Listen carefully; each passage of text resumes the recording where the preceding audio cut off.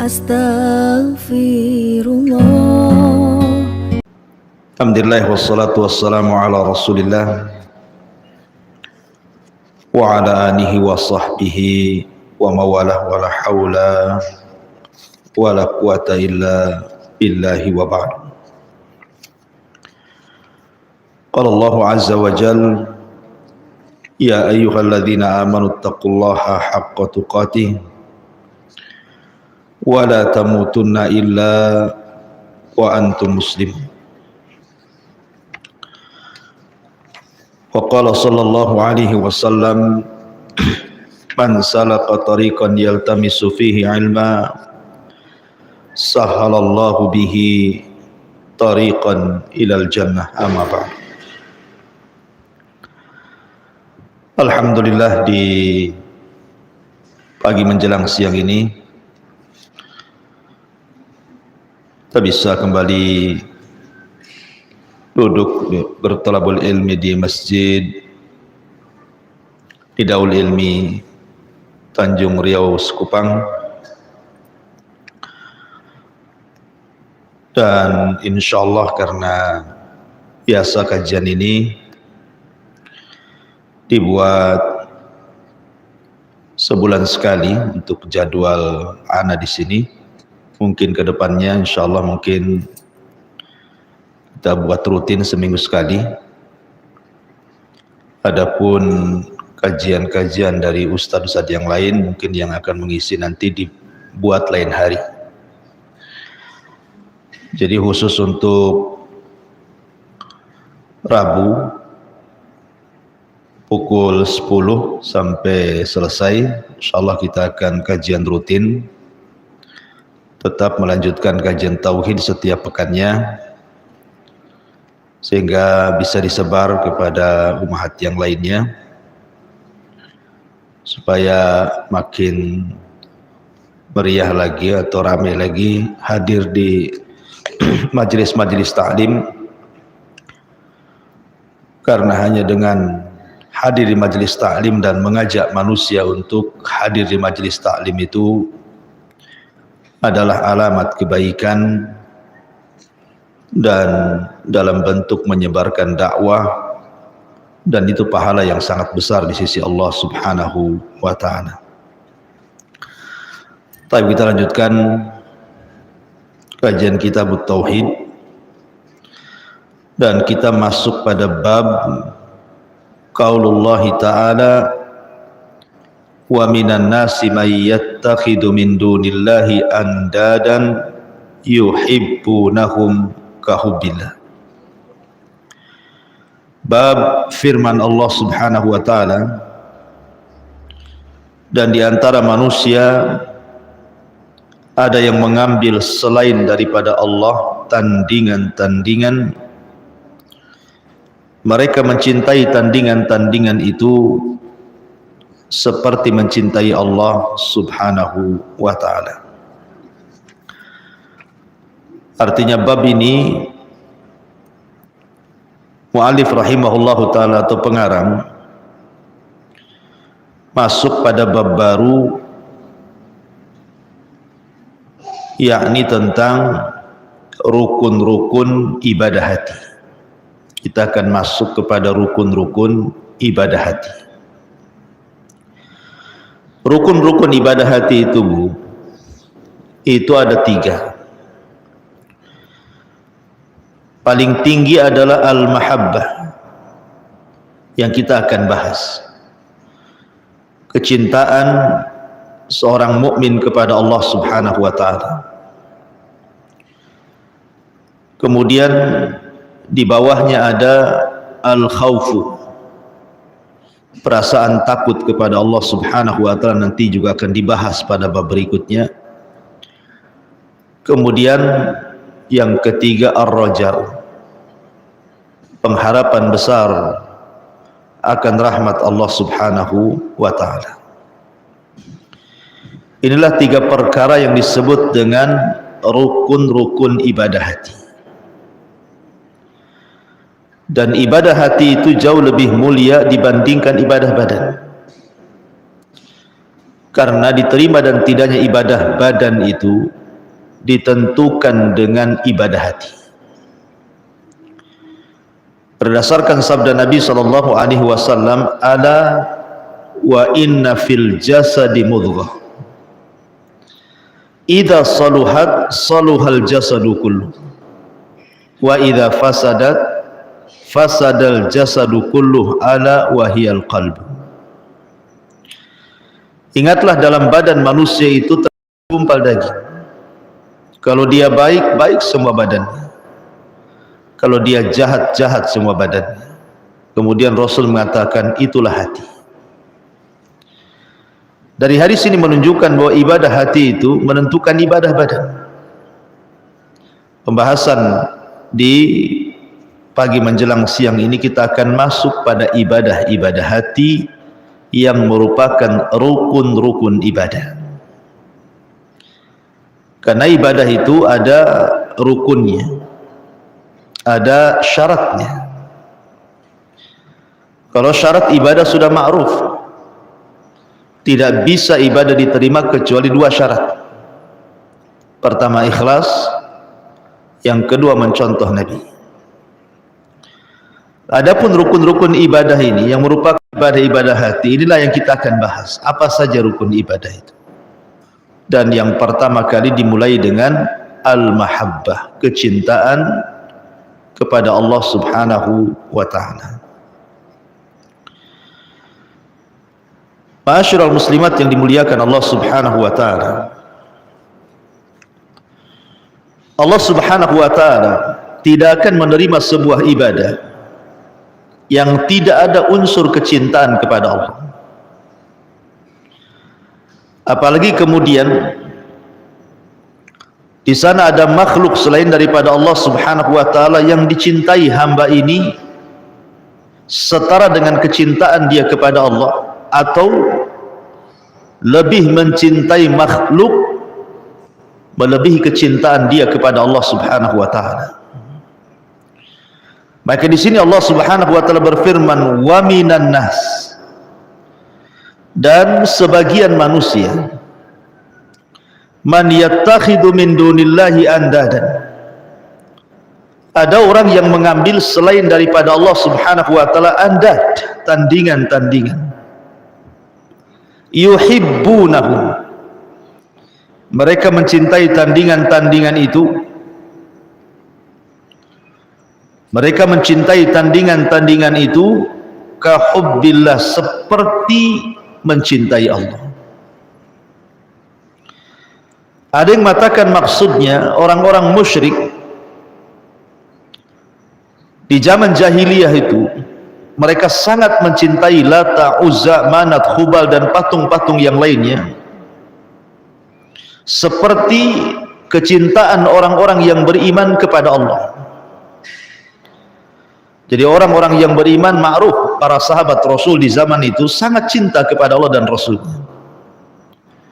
Begitu juga orang-orang musyrik di zaman itu sangat cinta dengan patung-patung mereka, seperti kecintaan orang yang beriman kepada Allah Azza wa Jalla. Itu satu penafsiran. Penafsiran yang kedua, orang-orang musyrik itu mencintai berhala-berhala mereka, sebagaimana juga mereka mencintai Allah Subhanahu wa ta'ala. Artinya satu waktu mereka cinta dengan berhala, di waktu yang sama mereka cinta kepada Allah Azza wa Jalla.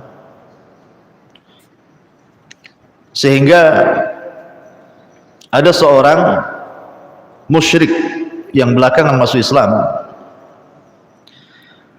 ketika ditanya oleh Nabi SAW, kam ilahan ta'bud, berapa banyak Tuhan yang kau sembah ini sebenarnya? Maka sahabat ini di waktu musyriknya mengatakan, sab'atun, katanya, ada 7 Tuhan yang kami sembah.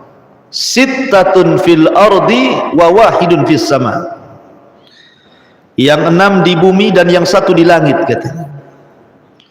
Kemudian Rasul mengatakan, apabila engkau sakit, anakmu sakit, kemana kau mengarahkan doa?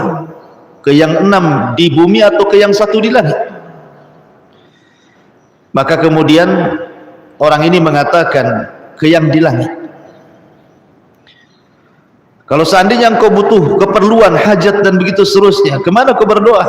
Ke yang di langit atau ke yang di bumi? Dia mengatakan ke yang di langit. Artinya orang ini mengikuti fitrahnya. Maka Rasul mengatakan, kenapa kau tidak tinggalkan 6 patungmu di bumi dan mengarah ke yang langit saja?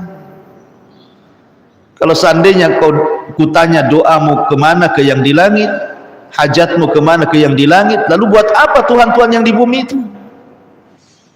Akhirnya kemudian belakangan orang ini masuk Islam dan menjadi sahabat yang mulia di zaman Nabi SAW.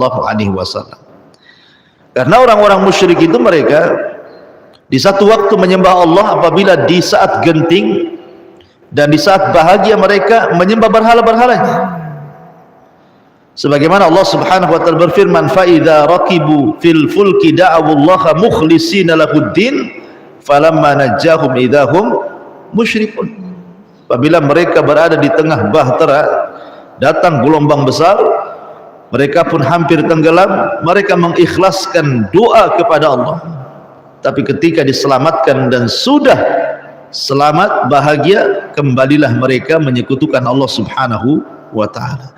Makanya Allah katakan di sini, wa minan nasi may yattakhidhu min dunillahi andadan yuhibbunahum kahubbillah. Dan di antara manusia ada yang menyembah selain daripada Allah, mengambil tandingan-tandingan mencintai mereka seperti kecintaan kepada Allah Subhanahu wa taala. Maka dalam kehidupan kita juga ibu yang dimuliakan Allah Azza wa Jalla, jangan sampai kemudian kita ini lebih mencintai makhluk dibandingkan kecintaan kita kepada Allah. Ibu lebih cinta kepada dunia dibandingkan kecintaan kepada Allah.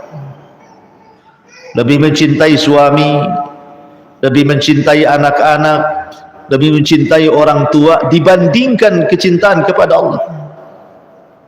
Kan ada tubuhnya seorang istri saking cintanya pada suami, nggak peduli walaupun dia melanggar syariat, kan? Nggak peduli, suaminya nggak suka pakai jilbab umpamanya, diancam kalau kau pakai jilbab saya ceraikan kan.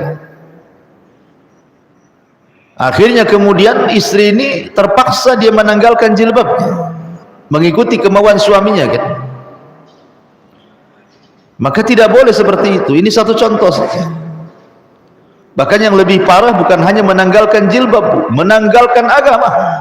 Agama ditinggalkan hanya karena cinta kepada suami, cinta kepada harta suami, cinta karena suami siap memberikan apa saja dari kebutuhan dunianya. Betapa banyak istri-istri yang murtad dan mengikuti agama suaminya. Apalagi di Batam ini ibu ya, ada orang lokal kawin sama orang luar, dapat bule, kan? Lah itu saya dulu punya tetangga masih di Batam Center, mungkin pernah saya ceritakan. Jadi tetangga saya ini kawin sama orang lokal, dia muslimah, orang lokalnya juga non muslim, orang Nasrani. Akhirnya kemudian setelah menikah murtad dia bu, jadi Nasrani. Wanita ini murtad jadi Nasrani. Akhirnya suaminya selingkuh bu sama wanita muslimah. Tiba-tiba suaminya masuk Islam, kemudian cerai dengan istri yang pertamanya. Istri yang pertamanya tetap Nasrani padahal dulunya muslimah. Yang suaminya yang ngajak istri pertamanya masuk Nasrani karena kepincut dengan wanita yang muslimah, masuk Islam pula dia. Coba bayangkan kehidupan nih kayak gini, tertukar-tukar agama. Ini fakta, bukan hoak. Begitulah ketika tidak tertanam perasaan cinta kepada Allah dan Rasulnya, bukan hanya menanggalkan jilbab saja, akidah agama bisa ditanggalkan. Auzubillah. Makanya kenapa kemudian dalam bab ini kita harus menanamkan kecintaan kita kepada Allah, agar jangan sampai kecintaan kita kepada Allah dilebihkan dengan kecintaan kepada yang lain. Sebab kalau itu terjadi fatal, akan terjadi kesyirikan. Lalu pertanyaannya, kenapa kita harus cinta Allah? Kita renungkan sedikit, Bu, ya. Kenapa kita harus cinta kepada Allah Azza wa Jalla? Allah Subhanahu wa taala sudah menciptakan kita ini fi ahsani taqwim, dalam bentuk yang sebaik-baiknya. Tidak ada makhluk sebaik ciptaan Allah kepada manusia. Kita tidak diciptakan seperti binatang yang tidak punya akal. Kita tidak seperti syaitan yang dilebihkan kejahatannya dibandingkan kebaikan. Tapi Allah Subhanahu wa taala ciptakan kita ini sebaik-baik bentuk. Fisiknya yang indah melebihi semua makhluk. Kemudian juga Allah berikan akal berfikir. Itulah kenapa kita cinta dengan Allah. Kenapa kita cinta kepada Allah Subhanahu wa taala? Ketika kita masih di perut bayi ibu kita, Allah berikan rizkinya kepada kita 9 bulan. Siapa kasih makan? Allah Subhanahu wa taala. Kemudian ketika terlahir ke bumi, Allah Subhanahu wa taala berikan pandangan, berikan penglihatan, berikan akal pikiran sampai kemudian besar. Sampai akhirnya dengan akal dan pemikiran itu dia menjadi cerdas. Sebagian mereka ada yang berprofesi menjadi dokter, dosen, pilot, tentara, menteri dan begitu seterusnya. Itu semua pemberian Allah Subhanahu wa taala. Allah Subhanahu wa taala sayang kepada kita melebihi kemurkaannya. Makanya kita cinta dengan Allah. Seandainya Allah Subhanahu wa taala melebihkan kemurkaannya dibandingkan rahmatnya, boleh jadi setiap manusia yang berbuat maksiat langsung diazab. Tidak ada manusia yang selamat di permukaan bumi kalau seperti itu. Tapi karena Allah Subhanahu wa taala rahmatnya jauh lebih luas dibandingkan murkanya, makanya kalaupun di antara kita ada yang bermaksiat kepada Allah Azza wa Jalla, Allah masih menunggu taubatnya. Allah masih memberikan kesempatan, akan diberikan rahmat kepadanya. Itulah kenapa kita cinta dengan Allah. Allah sayang dengan kita. Ma'asyiral muslimat yang dimuliakan Allah Subhanahu wa taala. Dan kalau Allah Subhanahu wa taala sudah cinta dengan kita karena kecintaan kita kepada Allah, maka kehidupan kita akan senang. Saya contohkan satu hadis. Nabi SAW pernah mengatakan, apabila seseorang itu dicintai oleh Allah Subhanahu wa taala, innallaha idza ahabba 'abdan nadahu Jibril. Allah Subhanahu wa taala kalau cinta sama kita, hambanya, maka Allah akan panggil malaikat Jibril. Kemudian Allah akan berfirman kepada Jibril, ya Jibril, inni uhibbu fulana, aku cinta sama si fulan. Fahibbahu, kau harus cinta juga dengan dia. Maka Nabi mengatakan, maka Jibril pun cinta dengan hamba yang dicintai Allah Subhanahu wa taala. Kemudian Jibril memanggil seluruh malaikat-malaikat Allah. Bayangkan berapa jumlah malaikat itu. La ya'lamu junuda rabbika illahu. Tidak ada yang tahu jumlah malaikat Allah itu kecuali Allah. Sebanyak itu malaikat dipanggil oleh Jibril. Kata Jibril, ya malaikat Allah, innallaha yuhibbu fulanan fahibbu.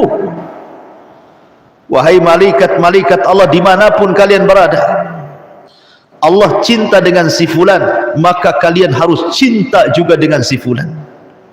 Kata Rasul, maka seluruh malaikat cinta kepada si fulan. Subhanallah. Siapa di antara kita, Bu, yang ingin nama kita disebut-sebut di hadapan Allah? Kemudian Allah menyebut-nyebut nama kita di hadapan para malaikat Allah. Kalau Allah Subhanahu wa taala sudah cinta dengan kita, apapun yang kita hajatkan pasti dikabulkan. Sebagaimana Nabi sallallahu alaihi wasallam mengatakan, "Wala yazalu 'abdi yataqarrabu bin nawafil hatta uhibbahu. Fa idza ahbabtuhu kuntu sam'ahu alladhi yasma'u bihi, wa basarahu alladhi yubsiru bihi, wa yadahu allati yabtishu biha, wa rijlahu allati yamshi biha, wala in sa'alani la'utiyanna, wala in ista'adhani la'uidhanna." Kata Nabi SAW, apabila seseorang hamba terus melakukan hal-hal yang sunnah, maka Allah akan mencintai hamba itu. Apabila Allah Subhanahu wa taala sudah mencintai hamba itu, apa yang terjadi? Kata Allah, aku akan jadi pendengaran yang ia mendengar dengannya, aku akan menjadi penglihatan yang ia melihat dengannya, aku akan jadi tangan dan kakinya yang ia bergerak dengannya, dan kalau dia minta, ku kabulkan, kalau dia minta perlindungan, ku lindungi dia. Subhanallah. Begitulah kecintaan Allah kepada kita. Kalau Allah cinta, Allah akan tanamkan kecintaan makhluk kepada kita. Dan kalau Allah Subhanahu wa taala cinta dengan kita, kata Nabi SAW, ista'malahu. Sahabat bertanya, apa ista'malahu ya Rasulullah? Kata Nabi SAW, yuhayyi lahu husnu khawatimi. Allah akan sediakan kepadanya akhir yang baik bagi kehidupannya. Jadi kalau Allah cinta dengan kita, Bu, Allah akan berikan terbaik untuk kehidupan kita dan akhir kehidupan kita. Ketika manusia lahir, yang tertawa dan yang menangis tentu akan berbeda. Si bayi ketika lahir tertawa, menangis, tapi orang-orang di sekitarnya tidak ada yang menangis, tertawa. Itu saat kita dilahirkan, semua bahagia dan senang. Tapi saat kita diwafatkan, siapa yang tertawa, siapa yang menangis? Orang-orang yang dulu saat kita dilahirkan tertawa, rupanya saat kita diwafatkan semua menangis. Tetapi orang-orang yang beriman ketika dia meninggal, justru saat dilahirkan dia menangis, saat diwafatkan dia tertawa, di tengah-tengah orang menangis. Karena malaikat datang membisikkan di telinganya, alla takhafu wa la tahzanu wa abshiru bil jannati allati kuntum tu'adun. Jangan takut, jangan sedih, sorga telah menantimu. Bagaimana tidak senyum? Bagaimana tidak bahagia ketika datang para malaikat-malaikat Allah yang cinta dengan kita karena kecintaan Allah kepada kita, kemudian membawa dari sorga kain kafan yang sangat lembut dengan wewangian yang sangat wangi, dengan membisikkan di telinganya, jangan takut, jangan sedih karena sorga sudah menantimu. Siapa yang tidak bahagia, Ibu? Pasti kita bahagia. Kemudian malaikat-malaikat yang mencintai kita mengangkat kita sampai ke langit pertama, ke langit kedua, ke langit ketiga, keempat, kelima, ketujuh, sampai diperjumpakan dengan Allah. Kemudian Allah katakan, letakkan catatannya sana di Iliyin, di tempat yang paling tinggi. Kembalikan ruh ke dalam jasadnya. Ketika ruh dalam jasadnya sudah menyatu, datang malaikat Munkar dan Nakir bertanya, siapa Rabb, siapa Nabi, apa agamamu? Karena dia sangat dicintai Allah. Malaikat-malaikat pun cinta dengan dia. Dia sanggup menjawab, Allah Tuhanku, Muhammad Nabiku, Islam agamaku. Dan Allah saking cintanya dengan hamba ini memanggil seorang penyeru dan mengatakan, ang sadaqa abdi, hambaku telah benar. Bentangkan kuburannya sejauh mata memandang, buka pintu sorga, hantarkan makanan, minuman, pakaian, hembusan angin sorga ke dalam kuburannya. Kemudian dikatakan kepada orang ini, nam naumatal arush. Subhanallah, tidurlah kamu seperti engkau tidur di malam pengantin.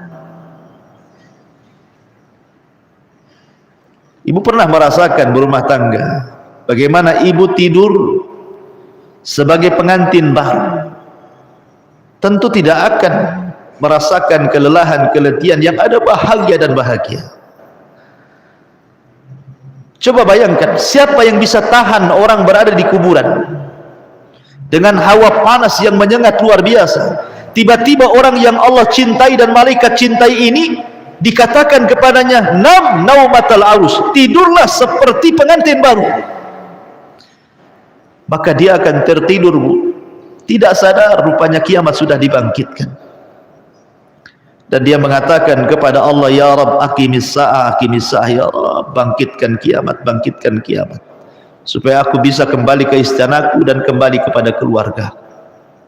Begitulah Allah kalau cinta dengan hambanya. Begitulah kalau Allah cinta dengan hambanya. Semua malaikat cinta dengan dia. Ketika dibangkitkan, ketika manusia kemudian lari ke sana kemari, orang-orang yang dicintai Allah Subhanahu wa taala mendapatkan naungan dari Allah. Sab'atun yudhilluhumullahu fi dhillihi yauma la dhilla illa dhilluh. Ada 7 kelompok yang akan mendapatkan naungan arsy di saat tidak ada naungan kecuali naungan Allah. Ketika matahari dekatkan 1 mil, keringat bercucuran, manusia berteriak-teriak kepanasan, orang ini kedinginan karena mendapatkan naungan arsy. Karena mereka orang-orang yang dicintai Allah dan dicintai malaikat-malaikat Allah Subhanahu wa taala. Kemudian mereka tidak terasa ketika manusia dihisab 50.000 tahun, seolah-olah dia dihisab antara zuhur ke asar saja. Tahu-tahu sudah selesai dan dia sudah diarahkan ke surga. Begitulah kalau Allah mencintai hambanya. Tetapi syaratnya, hendaklah kita mencintai Allah Subhanahu wa taala.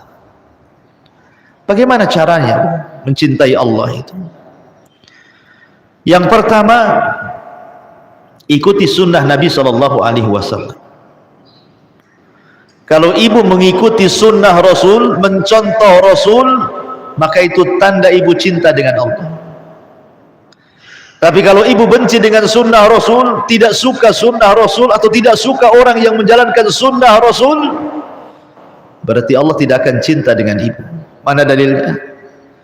Allah Subhanahu wa taala berfirman, "Qul in kuntum tuhibbunallaha fattabi'uni yuhibbukumullah." Katakan ya Muhammad kepada umatmu, kalau kalian cinta dengan Allah, ikuti aku, ikuti sunnah, ikuti petunjukku, niscaya Allah cinta kepada dia. Jadi syarat mendapatkan kecintaan Allah itu ikuti sunnah Nabi. Ikuti sunnah Nabi SAW. Sekecil apapun sunnah, ikuti. Sekemampuan kita tentunya. Yang bisa kita lakukan, lakukan. Kemudian yang kedua, orang yang dicintai Allah Subhanahu wa taala adalah orang yang punya akhlak, terutama tawadhu. Karena Allah tidak suka orang-orang yang sombong, dan Allah suka dengan orang-orang yang tawadhu, rendah diri. Jangan menyombongkan di hadapan Allah seperti menyombongkan Namrud, Firaun, Qarun dengan kekayaannya di hadapan Allah Azza wa Jalla. Dan itu terjadi. Lihat, gara-gara jabatan, gara-gara pangkat, gara-gara kedudukan, dia berani meninggalkan sholat. Hanya gara-gara nggak dapat rapat kabinet, rapat apa gitu kan. Rela dia meninggalkan sholat, padahal muslim. Padahal mungkin dulu sebelum menjabat, sebelum mendapatkan kedudukan, dia masih bisa lah sholat. Tapi ketika sudah ada jabatan, hilang pula sholat pada dia. Mementingkan rapatnya dibandingkan sholatnya. Padahal rapat itu kan terkadang untuk menyelesaikan sebuah permasalahan. Dan sholat itu kunci penyelesaiannya, bukan rapatnya, sholatnya sebenarnya. Kalau orang-orang yang rapat sedang memecahkan masalah itu, dia sholat dulu. Waktunya sholat. Minta kepada Allah solusinya. Nanti ketika masuk rapat itu, nanti Allah kasih solusinya tuh. Sebab kalau seandainya menyelesaikan permasalahan, apalagi permasalahan besar, kalau Allah tidak ikut campur tangan dalam masalah itu, mungkinkah masalahnya akan terurai? Tidak mungkin, mustahil. Tapi kalau Allah ikut campur menyelesaikan masalah dalam rapat itu, masalah besar pasti Allah uraikan, pasti Allah carikan jalan keluarnya. Tapi kalau mereka menjauh dari Allah dengan cara menjauh daripada solat, mementingkan rapatnya, sombong dia, seolah-olah dia bisa menyelesaikan masalah tanpa Allah subhanahu wa ta'ala. Qarun, Namrud, Fir'aun, seperti itu. Allah tidak suka dengan orang-orang yang sombong. Allah suka dengan orang-orang tawadhu, orang-orang yang rendah diri, tidak menyombongkan dengan kekayaannya. Waktu miskin, Masya Allah, datang ke pengajian, rajin sholat, rajin ibadah, sudah kaya, bisnis banyak, sibuk dia mencari harta, lupa juga dia ibadah kepada Allah, sombong dengan hartanya. Dia tidak paham bahwa harta itu pemberian dari Allah yang harus dihadapi dengan syukur, bukan dengan kufur.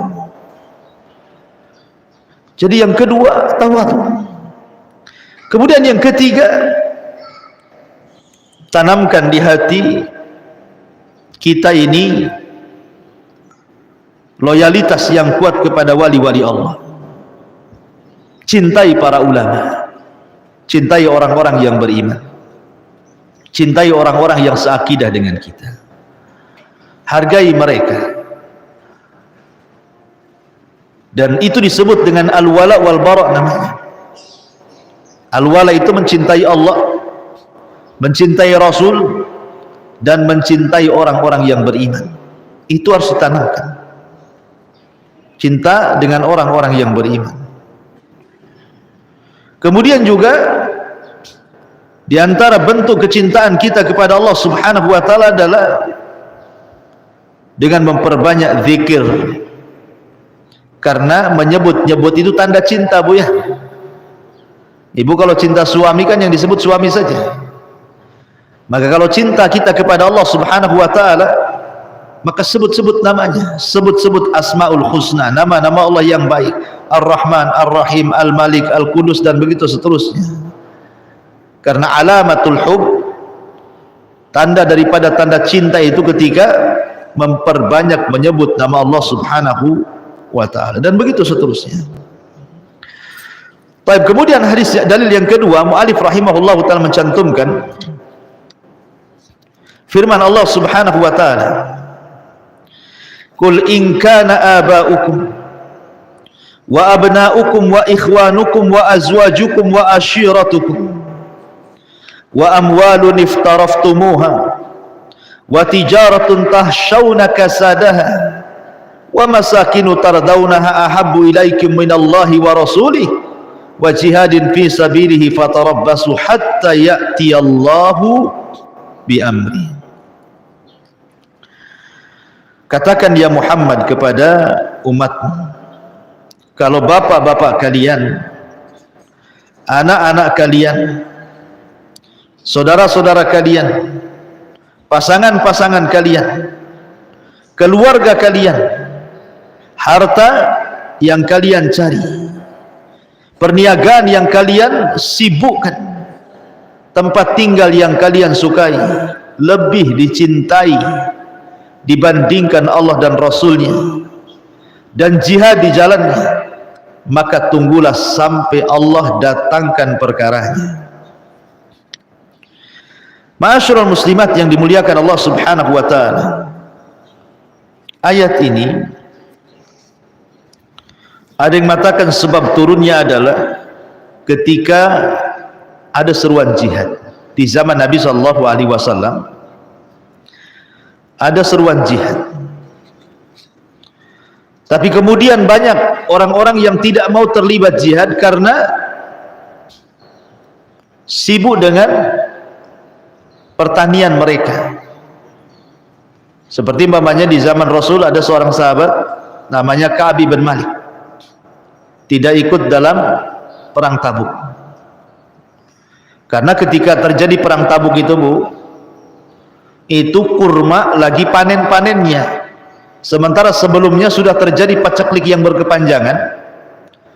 Tiba-tiba kemudian hilang paceklik, datang hujan, kemudian mulai tumbuh lagi, kemudian kurmanya berbuah dan siap panen, tiba-tiba ada seruan jihad. Ketika orang Madinah itu sedang manen-manen kurma, ada seruan jihad. Tentu Bu, ini harus ada pilihan kan? Tetap di kebun kurma, menikmati kurma dengan panennya, ataukah ikut bersama Nabi SAW jihad? Diuji ini sahabat ini, cinta jihad bersama Allah dan Rasulnya, ataukah cinta pohon kurmanya karena lagi panen-panennya, panen rayanya. Rupanya ada sebagian sahabat yang diuji oleh Allah, rupanya malas jihad, kemudian sibuk dengan panen kurmanya. Dari sini turun ayat ini, katakan ya Muhammad kepada mereka, jika bapak kalian, anak kalian, saudara kalian, pasangan kalian, keluarga kalian, harta yang kalian cari, perniagaan yang kalian sibukkan dengannya, tempat-tempat yang kalian sukai, kalian lebih cinta dibandingkan Allah dan Rasulnya dan jihad, tunggulah sampai Allah datangkan keputusannya. Jadi ayat ini menunjukkan bahwa tidak boleh mencintai selain daripada Allah ketika dihadapkan kepadanya kecintaan kepada Allah. Ini kan suruh milih jihad bersama Rasul ataukah sibuk dengan panen kurma rayanya nih. Rupanya ada sebagian sahabat yang terfitnah, kemudian turun ayat ini, dan setelah Rasul mengalami kemenangan di Tabuk, akhirnya sahabat ini dihukum oleh Nabi SAW 50 hari 50 malam tidak boleh diajak bicara dan tidak boleh bicara dengan siapapun. Dari sini ada pelajaran besar bahwa terkadang kesibukan dunia itu melalaikan kecintaan kita kepada Allah. Lihat sebuah hadis Bu, man lam yuhafid ala salat, siapa yang tidak menjaga salat, maka mereka akan dikumpulkan, kata Nabi SAW, dengan Fir'aun, dengan Haman, dengan Qarun, dan dengan Ubay ibn Khalaf. Orang-orang yang tidak pernah menjaga salat 5 waktu Bu. Maka mereka akan dikumpulkan dengan 4 orang kafir. Pertama dengan Fir'aun, yang kedua dengan Haman, yang ketiga dengan Qarun, dan yang keempat dengan Ubay ibn Khalaf, kata Nabi. Kenapa Nabi SAW menyebutkan 4 kafir ini? Kan banyak lagi kafir-kafir yang lain. Karena yang menyibukkan orang sehingga lalai solat itu profesi 4 orang ini. Pertama Fir'aun. Fir'aun simbol dari sebuah kekuasaan. Kalau orang sudah berkuasa dan dia cinta kekuasaannya, maka dia pasti lambat laun akan meninggalkan Allah. Sibuk dengan kekuasaannya, meninggalkan sholat. Kemudian yang kedua Haman, Perdana Menteri. Perdana Menteri sibuk dengan aturan-aturan negara, sehingga dia lalai dari sholat. Kononnya dia hendak memperbaiki bumi, tapi dia sedang merusak bumi karena dia meninggalkan sholat. Kemudian Qarun itu kaya karena berniaga, sibuk berniaga. Qarun itu kaya karena banyak kekayaannya. Berarti kekayaan itu sebab orang lalai daripada sholat. Tapi banyak orang-orang kaya lalai dari sholat, seolah-olah Allah sedang cinta dengan dia karena dia kaya. Padahal cinta itu bukan diukur dengan kaya miskinnya, sebenarnya dia sedang diuji dengan kekayaannya. Kemudian Ubay ibn Khalaf seorang peniaga, karena biasanya perdagangan itulah yang menyibukkan sehingga lupa dari sholat. Makanya Rasul mengatakan, orang yang tidak pernah menjaga sholat akan dikumpulkan bersama Fir'aun, bersama Haman, bersama Qarun, dan bersama Ubay bin Khalaf. Makanya ayat ini mengatakan jangan sampai kecintaan kepada bapak kita, anak kita, saudara kita, pasangan kita, keluarga kita, harta kita, perniagaan kita, tempat tinggal kita lebih kita cintai dibandingkan Allah, Rasul dan jihad. Sebab kalau tidak, fatarabbasu hatta ya'ti Allah bi amri. Maka Allah berjanji, tunggu saja sampai datang peringatan dari Allah Subhanahu wa taala. Kemudian hadis yang selanjutnya, an Anas radhiyallahu anhu anna Rasulullah sallallahu alaihi wasallam qala la yu'minu ahadukum hatta akuna ahabba ilaihi min walidihi wa wan nasi ajmain. Seseorang tidak dinyatakan beriman secara sempurna sampai aku, kata Rasul, lebih dicintai dibandingkan anaknya, dibandingkan orang tuanya, dan dibandingkan seluruh manusia. Di sini Nabi SAW menyandarkan kecintaan yang sempurna itu apabila Rasul lebih dicintai dibandingkan keluarga kita. Umar bin Khattab radhiyallahu anhu suatu ketika datang kepada Rasul. Kata Umar, ya Rasulullah, la anta ahabu ilayya min kulli syai'in illa min nafsi, katanya. Rasul, engkau orang yang paling aku cintai dari segala sesuatu kecuali diriku. Maka Rasul mengatakan, tidak Umar, engkau belum mencintai aku. Engkau belum mencintai aku. Kata Umar, kaif, bagaimana?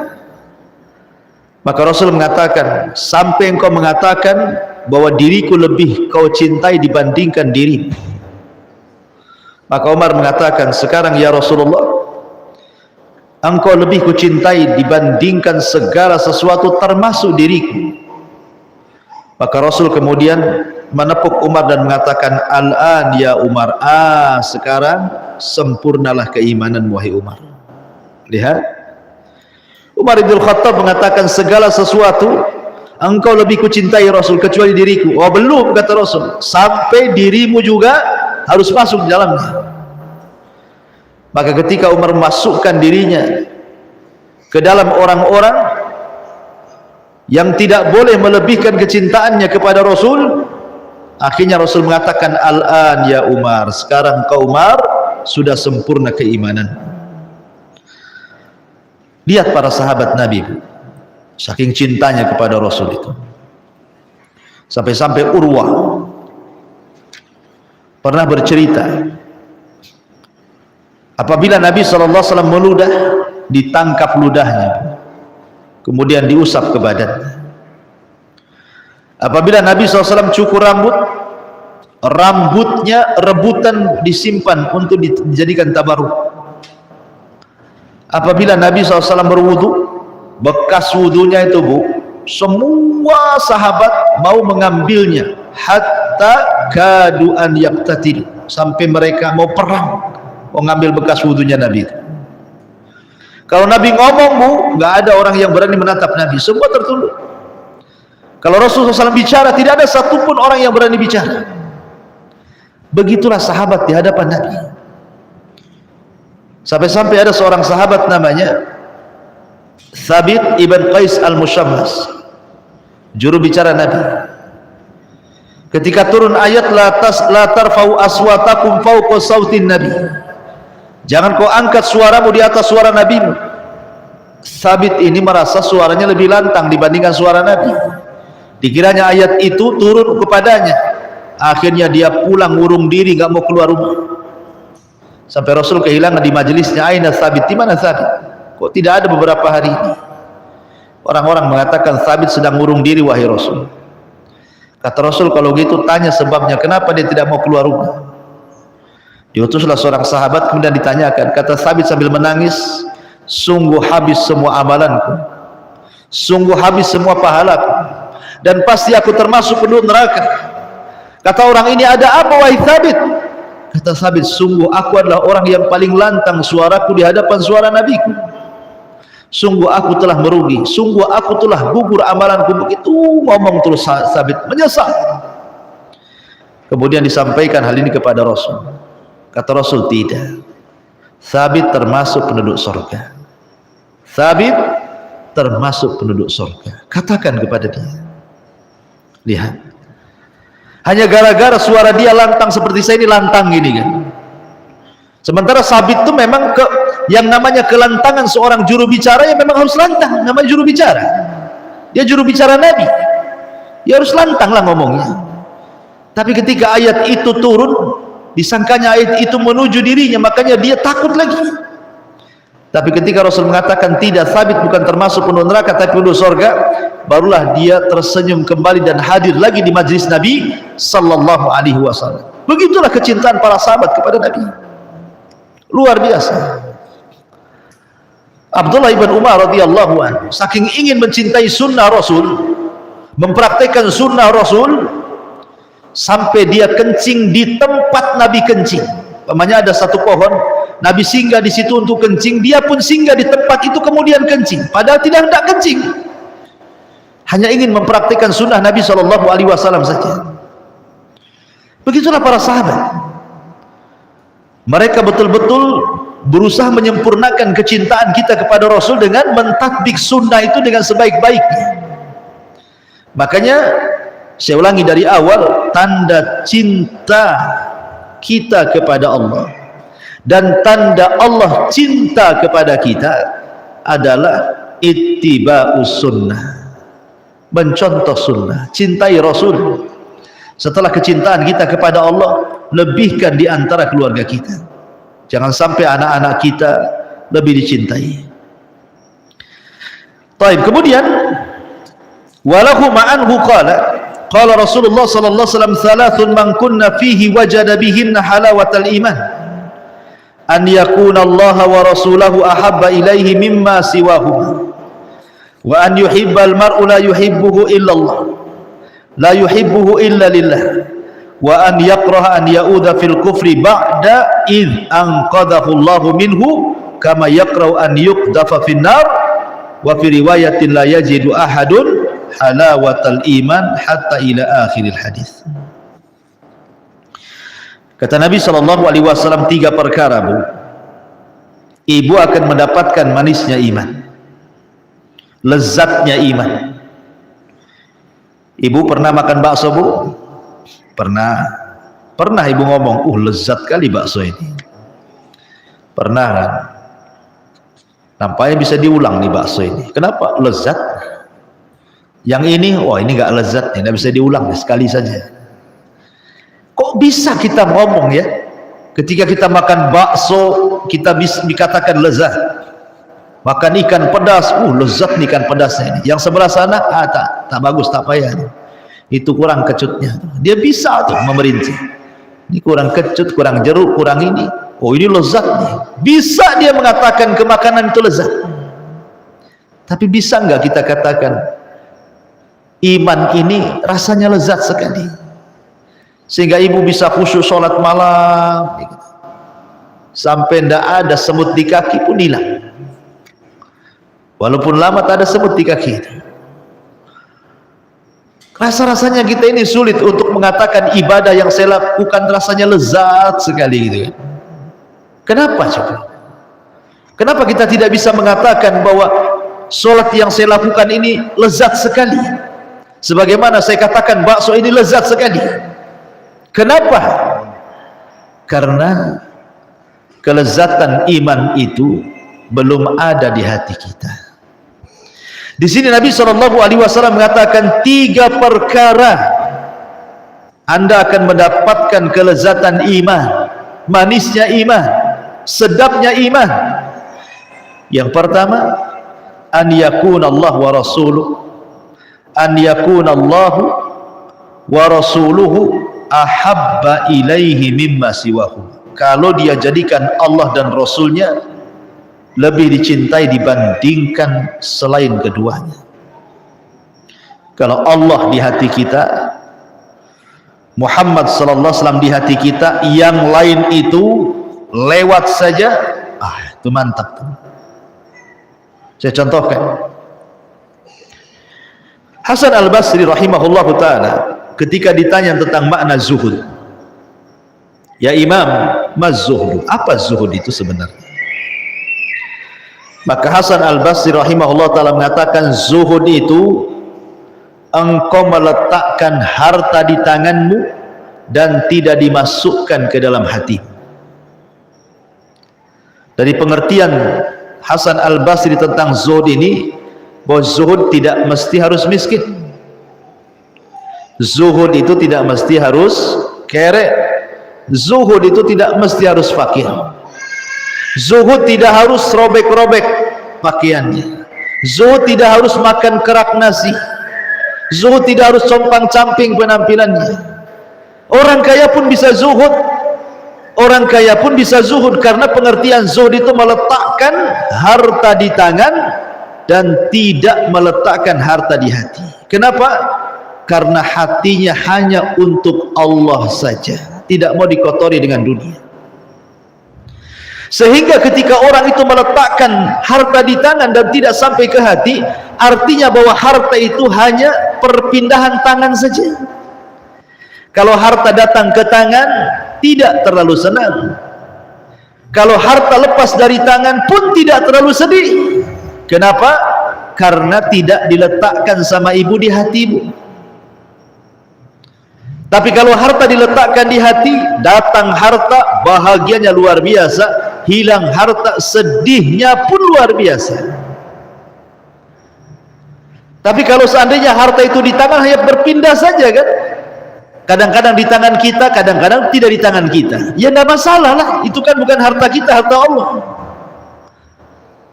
Makanya Sufyan Ats-Tsauri, seorang alim besar, ulama dunia, tapi di satu sisi dia kaya sekali. Dan dia imamnya orang-orang zuhud.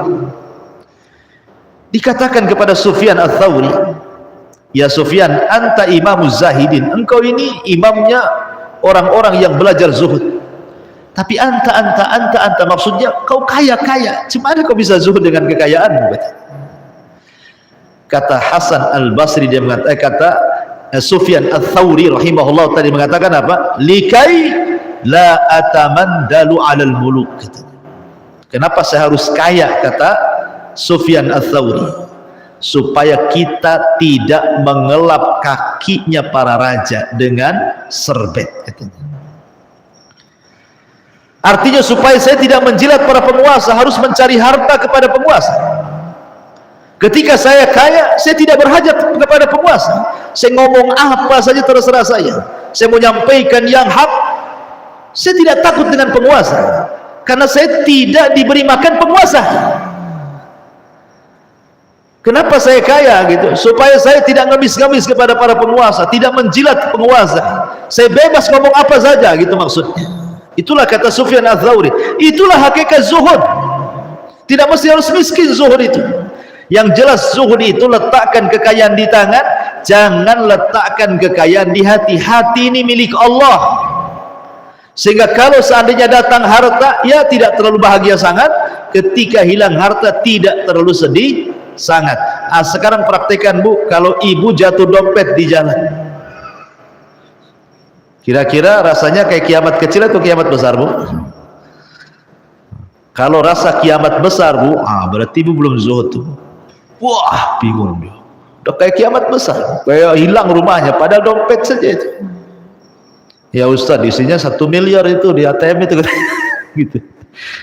Jadi masyarul muslimin yang dimuliakan Allah Azza wa Jalla, mau 1 miliar, mau 2 miliar Bu, kalau kekayaan itu di tangan tidak sampai di hati, itu hanya berpindah saja dari tangan ke tangan, tidak kepengaruh hati itu. Karena orang yang zuhud itu orang yang paling tinggi tawakalnya dan takdir, keimanannya kepada takdir. Jadi kalau datang nikmat ya tidak terlampau bahagia, kalau datang musibah ya tidak terlampau sedih. Kenapa? Karena hati tidak berubah. Orang zuhud itu tidak akan berubah hatinya. Mau dipuji ya sama saja seperti itu hatinya, mau dicela juga tidak terpengaruh dengan hatinya. Karena kalau dipuji, hatinya besar, hidungnya membengkak. Kalau dicela, hidungnya makin kecil, hatinya mengecil gitu kan. Berarti ibu belum zuhud tuh. Karena hatinya masih bisa berubah dengan pujian dan celaan. Hati orang mulia itu tidak berubah. Mau dipuji ya seperti itu, mau dicela seperti itu. Jadikan pujian dan celaan sama saja. Ibu jadi orang zuhud. Itulah yang disebutkan an yakunallahu wa rasuluhu ahabba ilaihi mimma siwahu. Pokoknya tanamkan dalam hati kecintaan kepada Rasulnya, adapun yang lainnya lewat, baru akan merasakan manisnya iman. Yang kedua, wa an yuhibbal mar'u la yuhibbuhu illa lillah. Wa an yuhibbal mar'a la yuhibbuhu illa lillah. Di mana dia mencintai seseorang. Wa an yuhibbal mar'a, mencintai seseorang, la yuhibbuhu illa lillah. Dia mencintai seseorang itu tidak lain dan bukan karena Allah. Dulu Rasul bercerita, Bu, ada orang safar, jauh sekali safarnya, hanya ingin berjumpa kawannya, bukan karena urusan dunia, bukan karena urusan bisnis, bukan karena urusan nagih hutang, bukan karena urusan macam-macam, murni karena kecintaan dia kepada kawannya, ingin silaturahim. Maka Allah utus malaikat untuk mengikuti di belakangnya. Setelah si kawan ini jauh-jauh berjalan dari kampungnya, tiba-tiba malaikat mendahului dia dan menjelma manusia, kemudian bertanya, mau kemana wahai fulan, kau pergi jauh-jauh? Maka si fulan mengatakan, ila baladi fulan, saya hendak menuju ke negeri si fulan bin fulan. Kemudian malaikat yang menjelma manusia ini mengatakan, apakah ada niat masalah dunia, berniaga, ada keuntungan dunia di situ, kau pergi ke sana? Kata orang ini, tidak ada, lillah, karena Allah. Saya ingin berkunjung menemui saudara saya karena Allah Azza wa Jalla. Maka malaikat ini mengatakan, betul, tidak ada niat kecuali itu. Dia mengatakan, ya, tidak ada niat kecuali itu. Maka kemudian malaikat ini mendoakan dengan doa kebaikan kepada orang ini. Tidaklah engkau mengunjungi saudaramu seperti itu kecuali Allah hapuskan dosa-dosamu. Dan akan diikuti 70.000 malaikat ketika dia berangkat dan ketika dia pulang. Subhanallah, ya kan? Begitulah kalau seseorang cinta kepada orang tidak mencintai kecuali Allah, dan membenci kepada orang tidak membenci kecuali karena Allah. Karena orang yang banyak membenci tetangga itu gara-gara hasad, kan Bu ya? Hasad kan, tetangganya beli mobil naik tensinya. Dapat dari mana duitnya orang itu katanya? Sebulan depan direnovasi pula rumahnya, makin tinggi itu tensinya, dapat lagi duitnya. Kemudian sebulan lagi istrinya kalungnya banyak, Bu, lehernya kuning, semua kuning, sama baju-bajunya kuning, makin tensi naik. Jangan-jangan punya tuyul pula dia katanya. Masa dalam setahun bisa beli mobil? Ngapain ibu sakit hati sama orang? Nggak ada urusan ibu dengan dia. Makanya jangan pernah melihat tetangga ke atas itu, lihat tetangga ke bawah. Kalau samping tetangga yang sebelah kanan kaya, Bu, yang sebelah kiri lebih miskin, pandang yang lebih miskin itu. Jadi ibu akan lebih bersyukur. Jangan pandang pula yang tinggi-tinggi rumahnya ya. Lihat ke, umpamanya depan ada ruli, lihat ke ruli sana, supaya lebih bersyukur, Bu. Itulah kenapa kita harus mencintai dan juga membenci karena Allah, gitu maksudnya ya. Kalau membenci dan cinta karena manusia, sakit hati, Bu. Pasti sakit hati. Cinta itu ada batasnya. Makanya kenapa Rasul mengatakan cintai seseorang sekedarnya, karena suatu ketika dia akan kita benci. Bencilah Allah sekedarnya, karena bencilah manusia sekedarnya, karena mungkin suatu ketika kita cinta dengan dia. Kalau kita cinta mati dengan dia sekali kemudian kita benci, susah, Bu. Sakitnya tuh di sini, Bu, sampai menusuk ke dada. Ya. Begitu juga orang benci, terkadang kita benci sangat sama dia, dia pula butuh sama kita, atau kita butuh sama dia, kan? Makanya cintai seseorang, dia tidak mencintai kecuali karena Allah. Yang ketiga, wa an yakraha an yauda fil kufri ba'da idh anqadahu Allahu minhu kama yakrah an yuqdafa finnar. Hendaklah dia benci kembali kepada kekufuran setelah Allah selamatkan, sebagaimana dia benci dimasukkan ke neraka. Ibu kalau sudah dapat hidayah sunnah, harusnya ditanamkan kebencian kepada lawannya. Ya Allah, jangan sampai saya seperti dulu nggak kenal sunnah, jangan sampai. Ini ibu sudah dapat hidayah, pertahankan bu hidayah itu. Cara mempertahankan hidayah, hadir di majelis taklim. Orang yang tidak pernah hadir di majelis taklim umumnya tidak bisa mempertahankan hidayah. Umumnya orang yang jarang hadir di majelis taklim umumnya tidak bisa mempertahankan hidayah.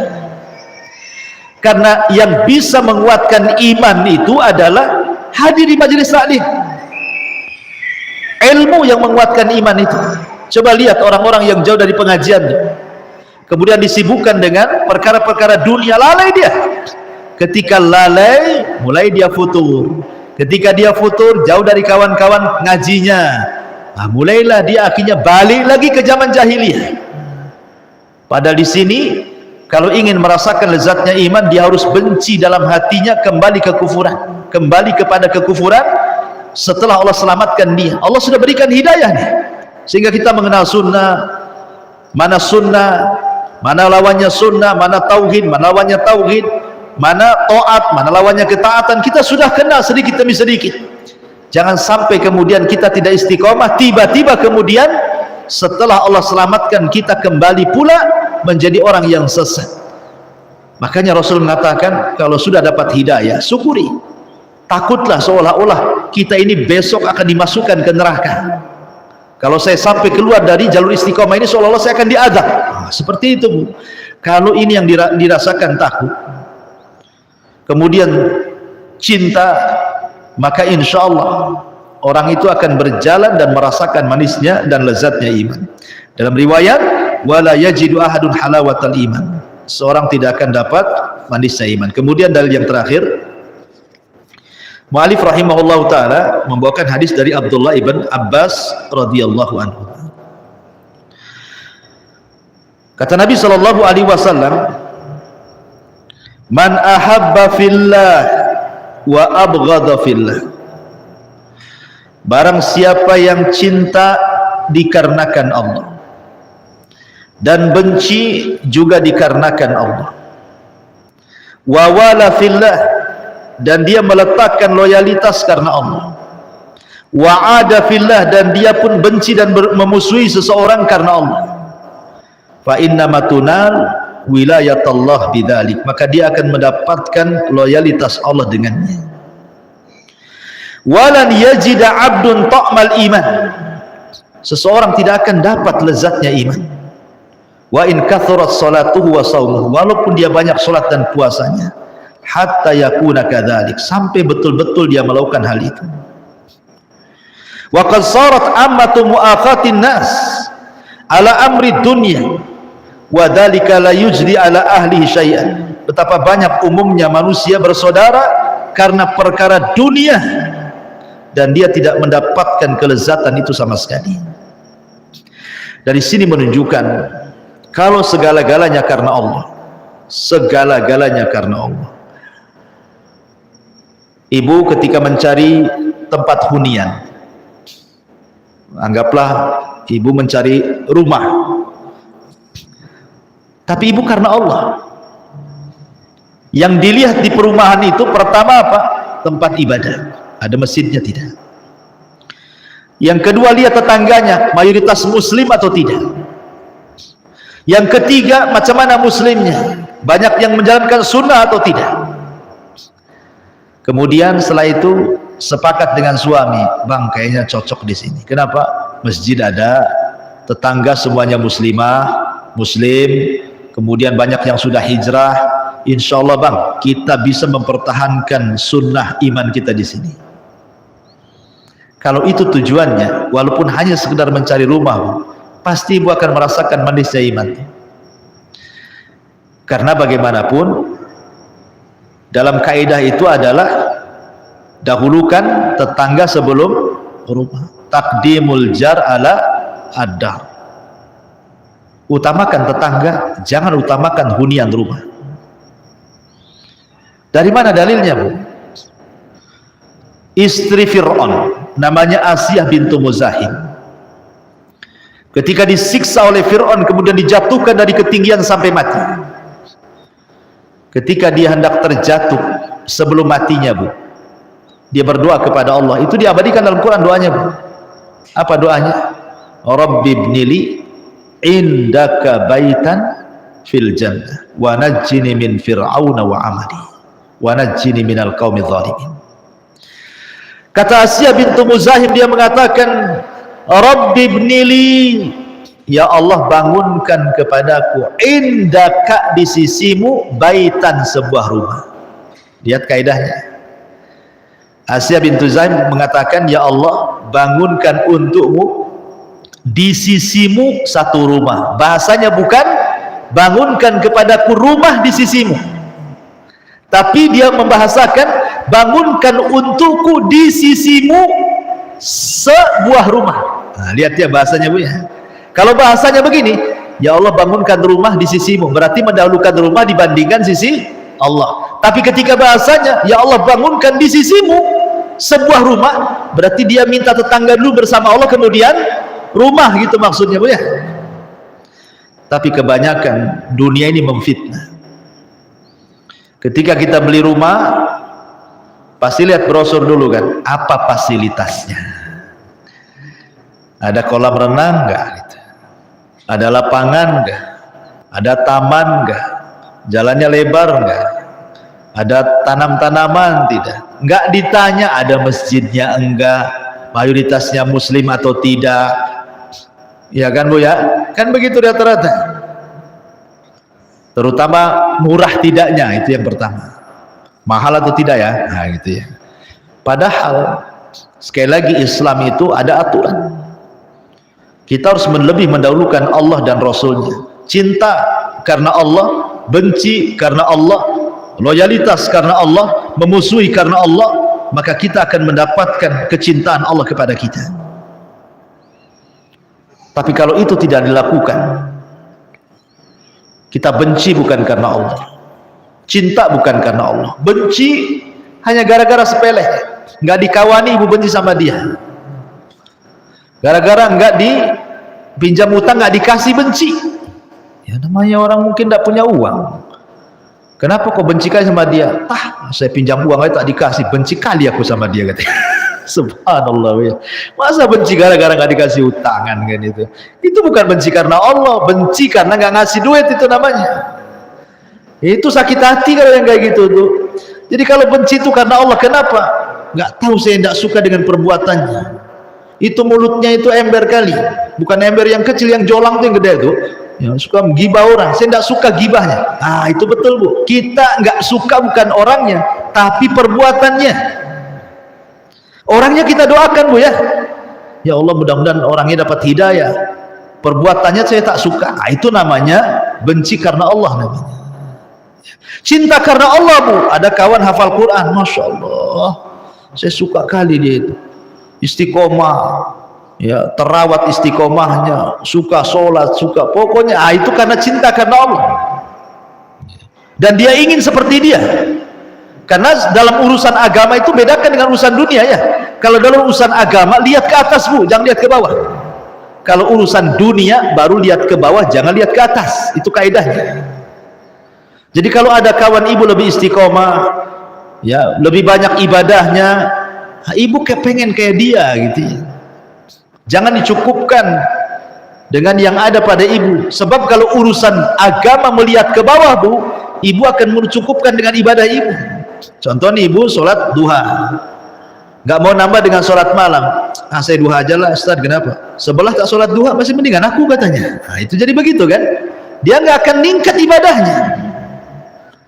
Ya, oleh karena itulah maka semua itu kalau ditanamkan karena cinta karena Allah, benci karena Allah, loyalitas karena Allah, memusuhi juga karena Allah, maka dia akan mendapatkan wilayatullah, pasti akan mendapatkan loyalitas Allah subhanahu wa ta'ala. Dan tadi saya sudah katakan di mukadimah, kalau Allah sudah cinta dengan kita, apa yang terjadi, Bu? Allah panggil Jibril. Allah katakan, ya Jibril, aku cinta si Anu, kau harus juga cinta sama si dia. Maka Rasul katakan, maka Jibril pun cinta dengan dia. Ketika Jibril cinta dengan dia, maka Jibril akan panggil semua malaikat Allah satu dunia, langitnya dan buminya, dan mengatakan, wahai malaikat Allah, Allah cinta sama si Anu, kalian harus cinta dengan dia. Maka semua malaikat cinta dengan dia. Jadilah dia selebritis langit, walaupun mungkin dia bukan selebritis bumi. Masih mending mana, dikenal di bumi atau dikenal di langit? Bagi orang yang beriman, lebih baik jadi selebritas langit daripada selebritas bumi. Satu dunia kemudian memuji kita, tapi Allah dan malaikat membenci kita. Buat apalah kita hidup di dunia ini? Satu dunia memuji kita, tapi Allah dan malaikatnya benci. Buat apa kita hidup di dunia? Tapi satu dunia manusia benci dengan kita, tapi Allah dan para malaikatnya cinta dengan kita. Itu luar biasa. Makanya Nabi SAW ketika pulang dari Taif, dilempari batu itu, apa kata Rasul? Illam takun alayya sakhatun fala ubali ya Rabb. Asal kau tidak murka denganku, asal ini bukan bentuk kemarahanmu kepadaku, aku nggak peduli apa yang dilakukan orang-orang Taif itu. Apa mereka mau mencaci maki aku, apa mereka mau melempari aku dengan batu, tidak apa-apa kalau ini bukan bentuk kemurkaanmu kepadaku, asal ini bukan kemarahanmu, nggak ada masalah. Tapi kalau ini sudah kemarahanmu, tentu aku tidak bisa menerimanya. Lihat, sampai Rasul mengatakan, mau satu dunia benci dengan kita, kalau bukan karena Allah marah, nggak apa-apa. Yang penting Allah ridho, terserah. Allah ridho, manusia tidak ridho, terserah. Nah, gitu seorang mukmin itu ya, harusnya tertanam seperti itu. Memang berat ya, tetapi harus dilatih. Wallahu a'lam bishawab. Mungkin bab ini sudah rampung. Insyaallah kita masuk ke bab yang lain. Silakan, ada waktu. Kalau ada yang mau bertanya, tafadhali. Kalau tidak ada, kita tutup.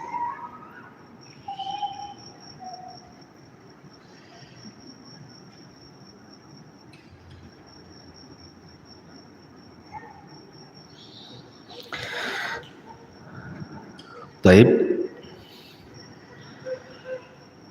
kita tutup. Kalau tidak ada, subhanaka bihamdika asyhadu an la ilaha illa anta astaghfiruka wa atubu ilaik.